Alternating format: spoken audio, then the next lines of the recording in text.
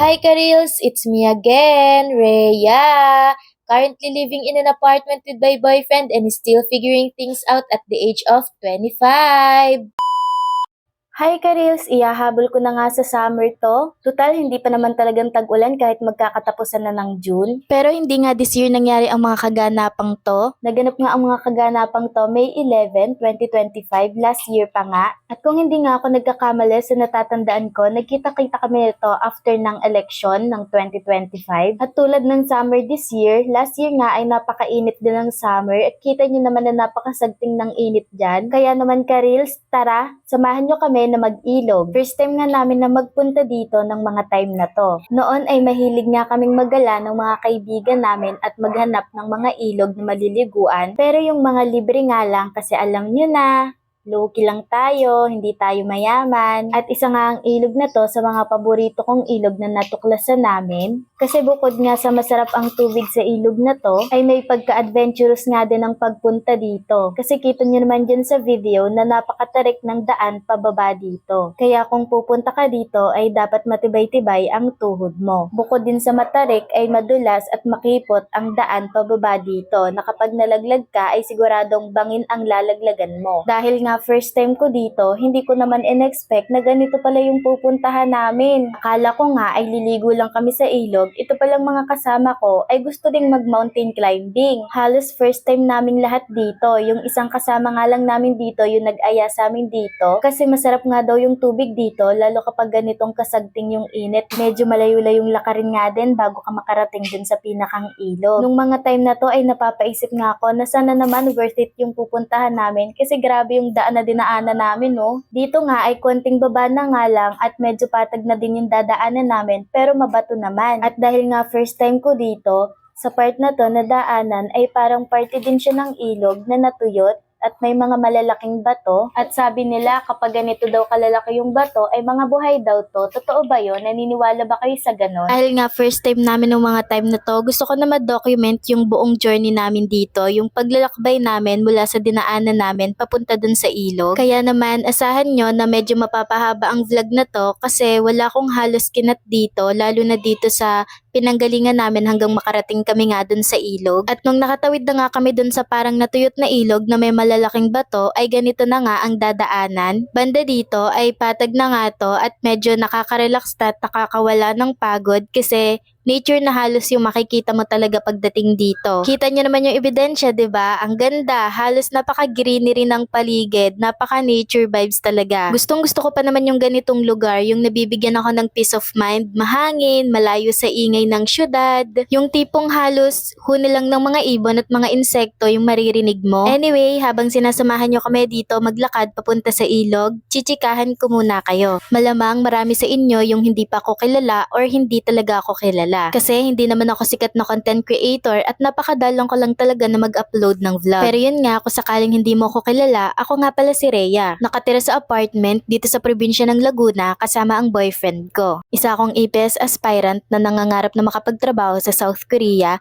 as factory worker. At kung hindi pala rin ay kahit saang bansa na nga lang, ang mahalaga ay makaalwan-alwan sa buhay. Mahilig din ako mag-document ng mga bagay-bagay tungkol sa buhay ko. Pinipilit ko na maging isang productive na content creator. Kaya lang madalas akong sapian ng katamaran lalo na kapag stress at yung mga na-film ko, ayun, natambak na lahat sa gallery ko. At kaya din naman super late na yung mga vlogs na ina-upload ko. Pero sa mga nalalabingang buwan bago matapos ang taon, susubukan kong ubusin yung mga na-film ko na natambak na sa gallery ko. Samahan niyo ako na maging isang productive na content creator at samahan niyo ako sa mga susunod pang vlogs ha. Anyway, balik na tayo dito sa vlog. Banda dito, medyo malapit-lapit na nga daw kami. Sign na pala to kasi hindi na ganun malalaki yung bato at hindi natuyot yung ilog. Kita nyo naman may tubig na at ang linaw ng tubig na-amaze ako nung una ko dito. Dahil malapit na kami, banda rito, narinig namin na meron ngang ibang mga tao na nandun sa ilog. Konting lakad at paglalakbay na nga lang daw ay nandun na nga daw kami. At pag angat mo nga daw dyan sa mabato na yan, konting lakad pa ay nandun na nga kami sa pinakang ilog mismo. So far, sa lahat ng mga ilog na napuntahan namin,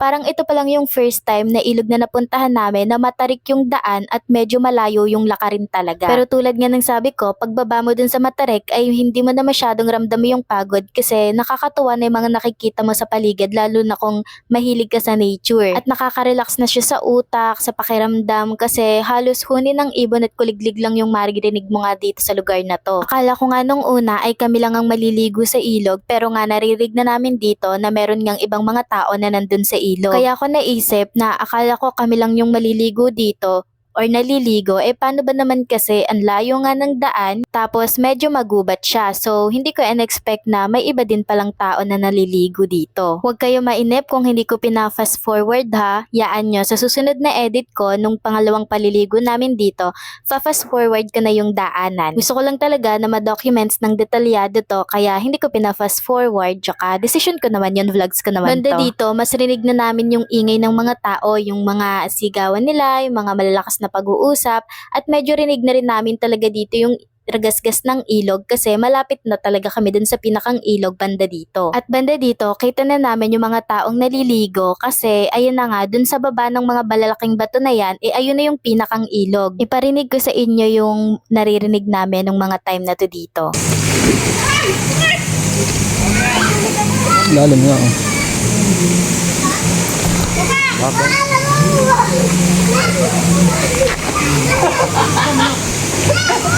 Yating ko pala eh.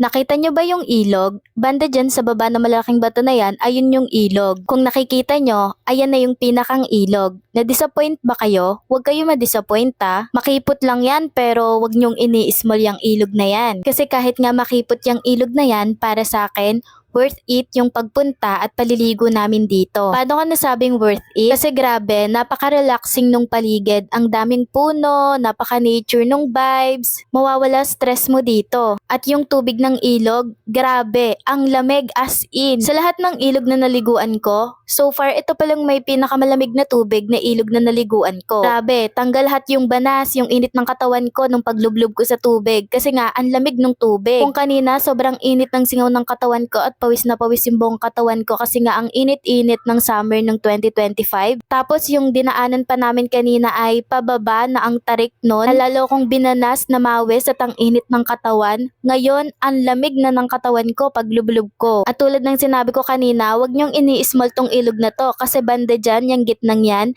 malalim yan, lampas sa boyfriend ko. Di ko lang sure kung lampas siya sa ibang mga tao pero sa boyfriend ko, lampas siya. At kahit makipot yan, ay ang sarap maligo dito. Yung kulay ng tubig, malinis, malinaw. Ang clear ng tubig dito. Noong mga time nga din pala na to, ay kami na nga lang dito ng mga kaibigan namin. Umuwi na yata yung mga naliligo dito kanina, pero may mga ibang tao pa dun sa itaas. Pero dito, ito yung pinakamagandang part ng ilog kasi dito yung may malalim kahit makipot. Dun kasi sa taas, parang babadan lang siya ng paa, ganon. Di ka makakapaglangoy kasi sobrang babaw dun sa itaas. Bilog nga pala yung tawag ng tropa ng boyfriend ko sa ilog na to na nagdala sa amin dito. Obvious naman siguro yung pangalan niya na bilog kasi kung mapapansin nyo yung ilog, halos pabilog lang talaga siya. Though hindi siya super circle, pero pabilog siya. Sa tingin ko, nasabi ko naman na siguro lahat ng info na dapat kong sabihin about dito sa lugar na to, about sa ilog. At medyo mahaba-haba din tong video na to at wala na rin akong masyadong masabi about sa ganap namin dito kasi after naman na makarating na kami dito ay naligo, nagkwentuhan lang kami, ganon. In-enjoy lang namin yung time namin dito. Pero dahil ayoko naman na i-fast forward to or i-delete yung ibang video na na-film ko nung nagpunta kami dito. Dahil nga, first time namin to na pagpunta dito noon. Kaya gusto ko na detalyado yung video, kaya hindi ko to i-fast forward or i-delete yung ibang clips. Kaya naman habang pinapanood nyo tong vlog na to,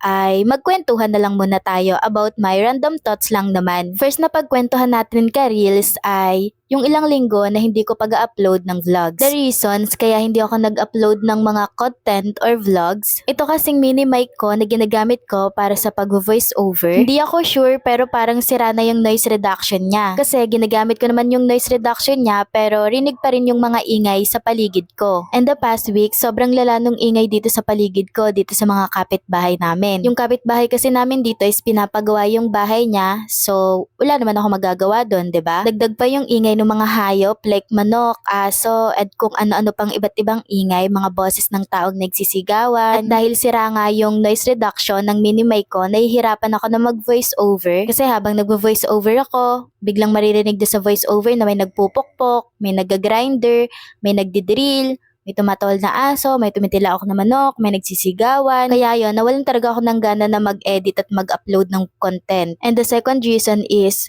sumabay pa yung lala ng stress ko the past weeks. Stress about the current situation ng life namin. Stress about sa pagdadoubt ko sa sarili ko at sa mga pangarap na gusto kong maabot.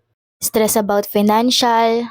Tapos may mga silent battles pa ako na hindi ko naman nasasabi sa iba na kinikip ko lang sa sarili ko. Napakasimple lang nung mga word na yan, no? Pero kapag ka nagkasabay-sabay, grabe yung impact sa tao. Lalo na sa tulad ko na sobra mag-overthink, kapag na-trigger yon, grabe, yan talaga yung mga nagpapastagnant sa akin. There are days na ayoko tumayo, ayoko makipag-usap, gusto ko nasa kwarto lang mag-isa, nakahiga. Pero kung may mga katulad ako dyan na sobra mag-overthink, siguro may intindihan nila ako. Kasi sa katulad ko na overthinker or sobra talaga mag-isip, kasi currently kapag andun ka sa phase na yon, kahit anong sabihin mo sa sarili mo, kahit gusto mong umalis doon, ang hirap-hirap, na para bang yung mga thoughts mo, hinihila ka pabalik ng pabalik doon. Sa totoo nga lang, kung may pera lang ako at afford ko, at kapag dumadating ako sa point na yon, gusto kong magpa-psychiatrist. Hindi dahil baliw ako hindi naman lahat ng nagpapa-psychiatrist ay baliw. Gusto ko lang na maging stable yung mind ko, yung thoughts ko, kasi ang dami niyang iniisip at ang sakit niya sa ulo. At gusto ko na magpa-psychiatrist kasi gusto kong makapagpasik ng advice o manghingi ng advice sa mga professionals talaga kung ano yung dapat at tama kong gawin kapag nandun ako sa phase na yon. Kasi hindi talaga siya madali, lalo na sa tulad ko na sobra-sobra mag-overthink. Naapektuhan nun yung everyday na kailangan kong gawin kasi na-stagnant nga ako. May ganang side ako, pero kapag nanamnam ko naman na yon, one day, ready na ulit ako, okay na ulit ako, di na ulit lumaban sa hamon ng buhay. Kung tatanungin niyo ako, bakit ako ganto or bakit ako nagkakaganto, yung totoo is,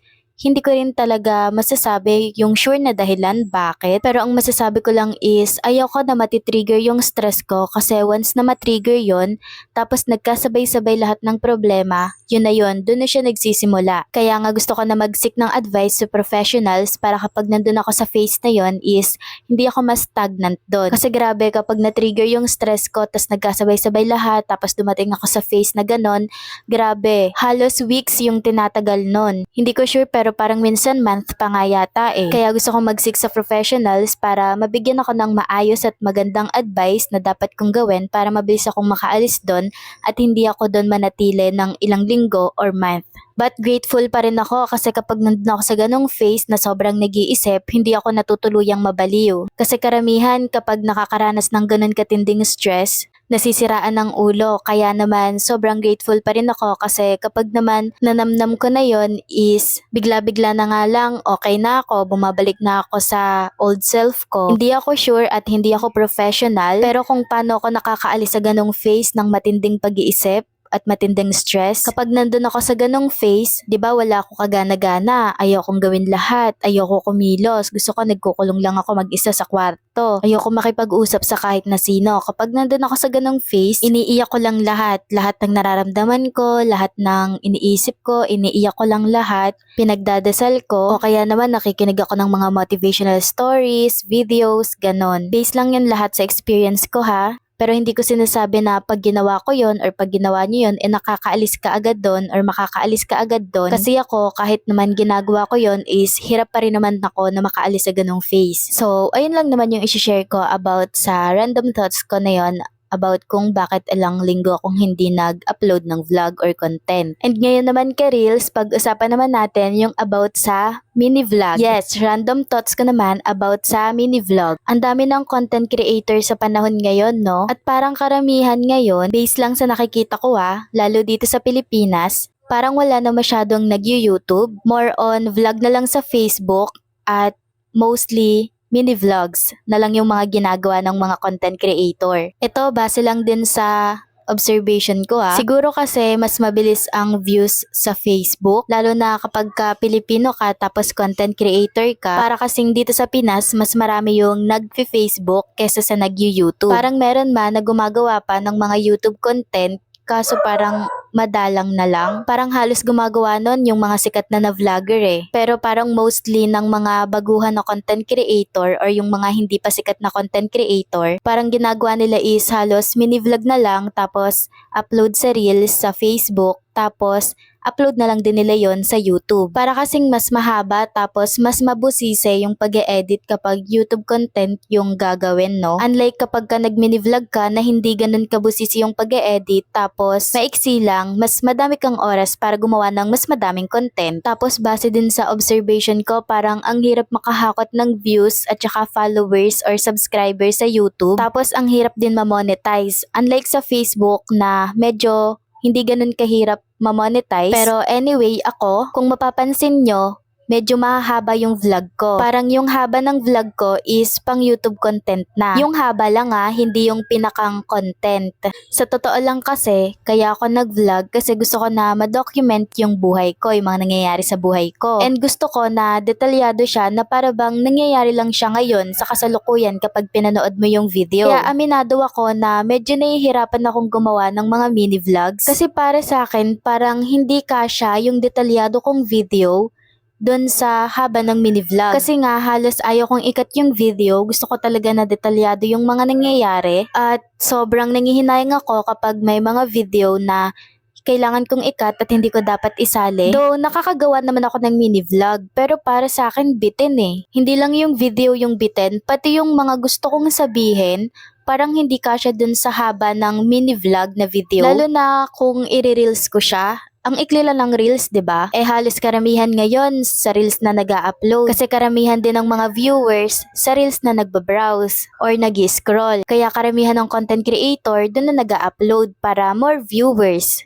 more audience. Eh paano ko naman i-upload dun yung vlog ko? Eh mahaba nga, 'di ba? Tapos ngayon kapag gamit mo sa pag-upload ng mahaba mong vlog is cellphone lang, nag-automatically split pa. Naghahati-hati yung mahaba mong vlog. Kahit hindi sa Reels i-upload, naghahati-hati pa din siya. Kaya nahihirapan akong i-upload yung mahaba kong vlog. Eh gusto ko ngang i-document ng detalyado yung buhay ko. Paano ko i-upload? Eh mahaba yung vlog ko. Tapos nag-split nga siya. Kapag in-upload sa Facebook, ayoko naman na sa YouTube lang i-upload. Gusto ko na i-upload din sa Facebook. Para sa akin, hindi ko naman masyadong priority yung dumami yung viewers ko or followers. Kung gusto nila panoorin yung video ko, edi sobrang thank you. Kung ayaw nila, edi wag din. One time kasi may katrabaho ako dati na nagsabi sa akin na mag-mini vlog daw ako tapos sa reels ko i-upload para daw more viewers, more followers. Kaso lang gusto ko nga ng detalyado na document ng life ko kaya nahihirapan ako mag-mini vlog. Though pwede rin naman na hindi mini vlog yung i-upload ko sa reels. Pwede naman yung may iksi lang na mga content at gumagawa naman ako nun minsan kaya lang hindi ganun kadalas. Kasi hindi pa ako masyadong ganun kagaling mag-isip ng content. Sa totoo lang kasi kahit na nag-upload na ako ng mga vlog, ng mga content sa Reels, hindi pa ako ganun kagaling mag-isip ng content. Like yung iba, ang bilis gumana ng utak nila tapos ang dami nilang na-upload in a day. Tapos ako yung isang content ko, pag-isipan ko pa ng 100 times kung tama ba yung content na ginawa ko, tama ba yung pagka-English ko, ganun ba yung paggawa ng trending na content na yon. Hindi ko alam pero siguro kung gaano ako kadami mag-isip, kung tama ba yung ginagawa ko, gano'n naman ako kabagal mag-isip ng eco-content. Or I must say na ang dami ko pa talagang hindi alam sa pagiging content creator. At ang dami-dami ko pa talagang dapat na matutunan sa field na to. Madalas nga pag may nakikita ako na mini vlog, madalas kong isipin na paano mo napagkasya yung mga gusto mong sabihin sa iksi ng mini vlog na yon. Like, satisfied ka na ba dun sa iksi ng mini vlog na yon? Satisfied ka na ba sa lahat ng sinabi mo dun? Like, ako kasi talaga gusto ko ng detalyado. Ewan ko kung ako lang. Ang weird ba? Ang weird ko siguro no para sa inyo. Yung unang video naghuhugas ng plato tapos na-skip na yon, na-split na-edit na, tapos nagtataob na agad ng plato, eh hindi naman pinakita doon kung paano hinugasan yung plato. Like hindi ako satisfied pag ganon. Parang gusto ko talaga yung detalyado, yung kita lahat ganon. Kahit ako minsan nawiweirdan din ako sa sarili ko. Siguro kasi nasanay lang akong manood dati ng mga YouTube vlog, YouTube content na mahahaba. At siguro din gusto ko nga kasi na detalyado yung vlog or yung content na i-upload ko kasi nga nagsisilbi yung tambakan ng mga memories ko na para nga pagtanda ko ay may mababalikan ako na napapanood na parang nangyayari lang siya sa kasalukuyan kasi medyo detalyado nga yung pagkaka-film kasi mahaba to lang masyadong edits or split. Pero gumagawa din naman ako ng mga vlogs or content na maikli. Kasi andun na tayo sa phase na yun so kailangan mag-adapt tayo. Though hindi pa ako ganun kadalang gumawa ng mini vlogs na maiikse or mga content na mga maiikse. Pero unti-unti ina-adapt ko na din naman siya para sa quality din ng content ko kasi mas marami na sa panahon ngayon yung nanonood ng ganon based sa observation ko. Parang plan ko nga na after ko maubos lahat yung nasa gallery ko kasi meron pa akong mga nakatambak na na-film nung mga 2024, 2025 pa na hindi ko pa na-edit at na-uploads. Plan ko na after ko yun matapos or maubos, siguro baka madalas na akong gumawa ng mga maliliit na content or may iksing content at mga mini vlogs. Nagets nyo ba yung chika ko sa inyo? Sana naman oo no? Anyway, yun lang naman yung mga gusto kong isika sa inyo ng mga random thoughts ko. And now, balik na tayo dito sa vlog. Hindi ko na nga i-voice over yung mga kasunod na to. Iroro ko na nga lang siya para marinig nyo rin kung gaano ka-relaxing yung paligid dito at para na rin, parang kasama na rin namin kayo dito sa banding namin na to. Nang walang alalay. Kaya na po. Tatalan po. 1, 2, 3. Go! Aray ko. Oh, basa ako. Nabasa ako. Hindi niya alam. Pero nabasa ako. Yan. Ayan po. Ayan po. Nagliliko sila. At yung tatlo ay nando sa dulo. Ay nako, grabe. Grabe ba to? Grabe tong nararamdaman ko. Ay nako. Bukas po ata ay sabi nila. Ewan ko, sabi nila ay baka sabi liligo daw dito daw ulit, sabi lang, ewan ko. Ayan, may tanga po sa taas, sa tuktok, naligo. Ayan po sila. Ako po andito, masakit ng hello, ako po to si RB.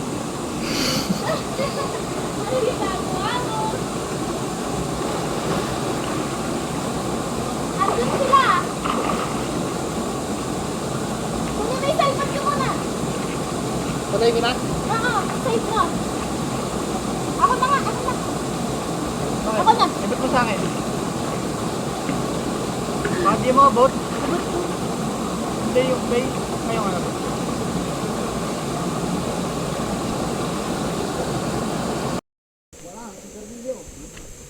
Ay, pantokin mo to. Pre, mga kumpare ko nandito. Oo. Si 4, ay si 1, si 2, si 3. Ito mga bunso. Okay.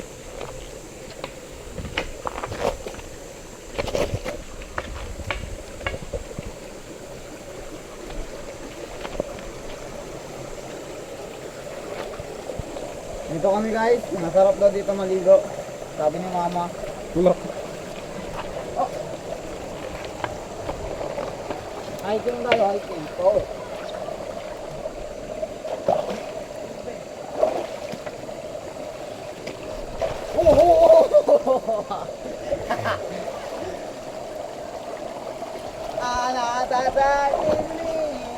Ito na yung dress.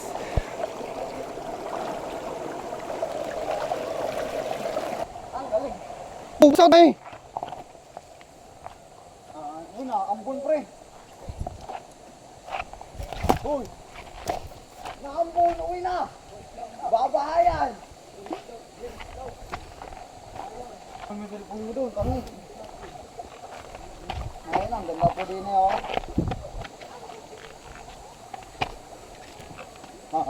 Naruto boy.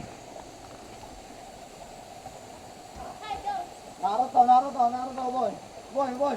Oy. Puta ina, ginang ka na.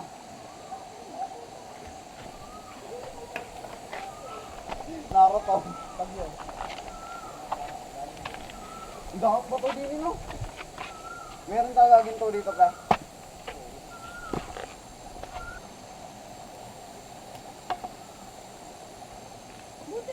Wow!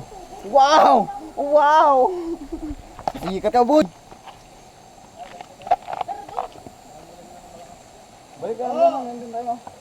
Ayoko na dyan. Meron man dyan. May nakapalit eh. Nagpunan sa gitna ko. Dini. Oh, madaming tayo. Ay, pati na mga yun, boy. Boy! Oh, nagalawan. Ano Ace? Hawakan mga to Ace. Ace. Kukuha ko ng linsones. Aka na. Saan ba yun? Baka meron dito. Ito na nga. Sige, kuha ka. Meron ba linsones? Baka.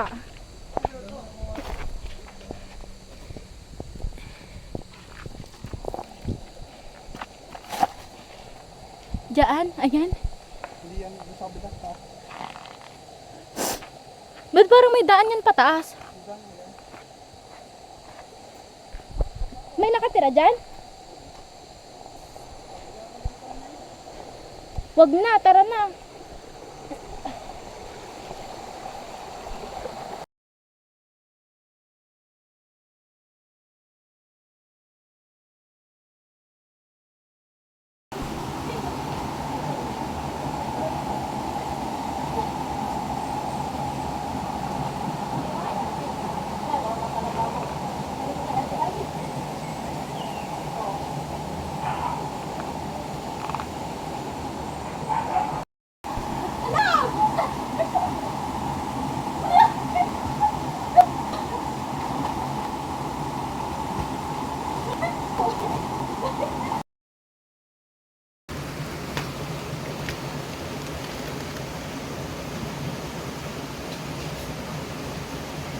Dapat ano na natin yan eh. Goal natin, goal. Kada pupunta dapat tayo dito, mamamuli tayo mga kalat. Tapos tatapon natin sa labas.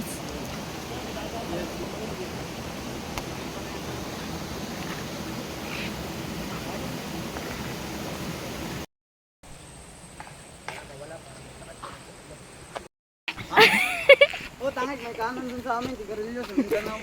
Tanga, branded yun. Tag 3 yung isa. Ay, branded. Meron nga, may ganun din dito kanin. 3 pesos yung isa. Sigarilyo namin doon, mahal buoro. Putang ina, tag-15 ko lang. Pre, mahal buoro, tag-15 ko. Buring bubat. Ha, matik naman yung kusog ka. Tatarap. Anong problema rin? Nagpuputol dito ito. Meron ka ng 50. Isang kaka. Sino ba yung nagmimina sa inyo? Papa mo diba? Oh, saan mo dito? Oo nga. Dito na kayo yayaman. Ang ina yan, daming bato, buksan lahat yan. Ito lang, ang marka kasi.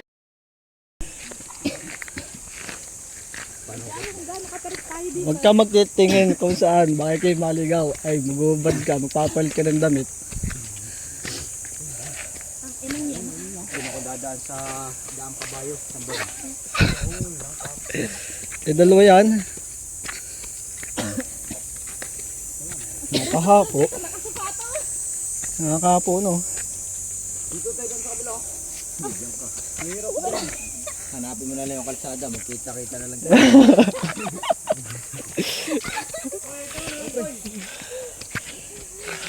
Sundan niya si RB. Si RB ang daan. Hindi na ito mga dyan. Patungo sa kawalan. Masikip dyan, sikip. Oh. May mga tao din eh. Oo, gawa dyan na daan ng mga baka. Yung kabayo, dyan dumaan. Kabayo. Ayun, nakabayo. Ang lalim na, ang lalim nan. Yung kabayo, kanina sabi niya. Nadaan yung kabayo. Gusto eh. Putang ina. Teka lang, dito ka palakad eh. Ay, hirap pala dito ka taas.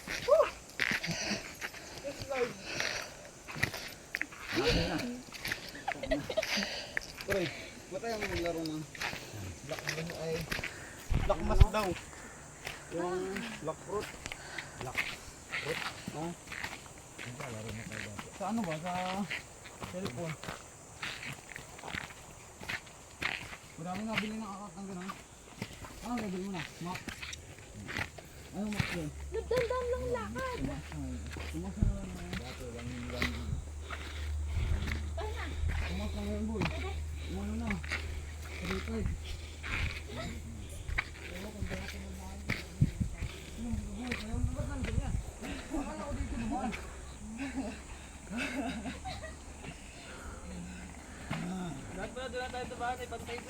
Ano sabi ko sa inyo?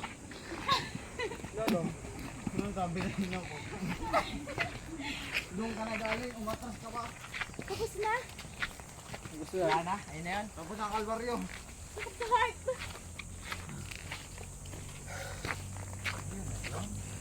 Nana, be. Nana. Ano, rinig ko na yan, Rada. Kaya. Kaya ka magbabahin, ganun kataas. Bago ka makabuhat ng isang kobe ko dun eh, no, go. Kalahati ka pa. Bubuangin. Wala ka pa sa kalahati. Nakakaputang ina nga. Wala ka pa sa kalahati. Isang daan ko, bigo. Malakas ka pa sa kabayo dyan.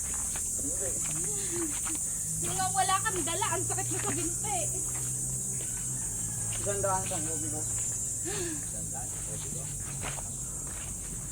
Isang daan ko, wala. Siguro, mag-aawal ka na. Isang daan ko. Isang daan ko. Go. Sabi mo, hindi natin nakuha yung baso. Parking lang bayaran mo, dante.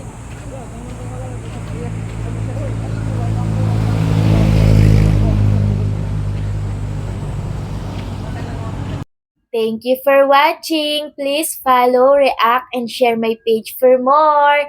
Bye! Love you all. Mwah!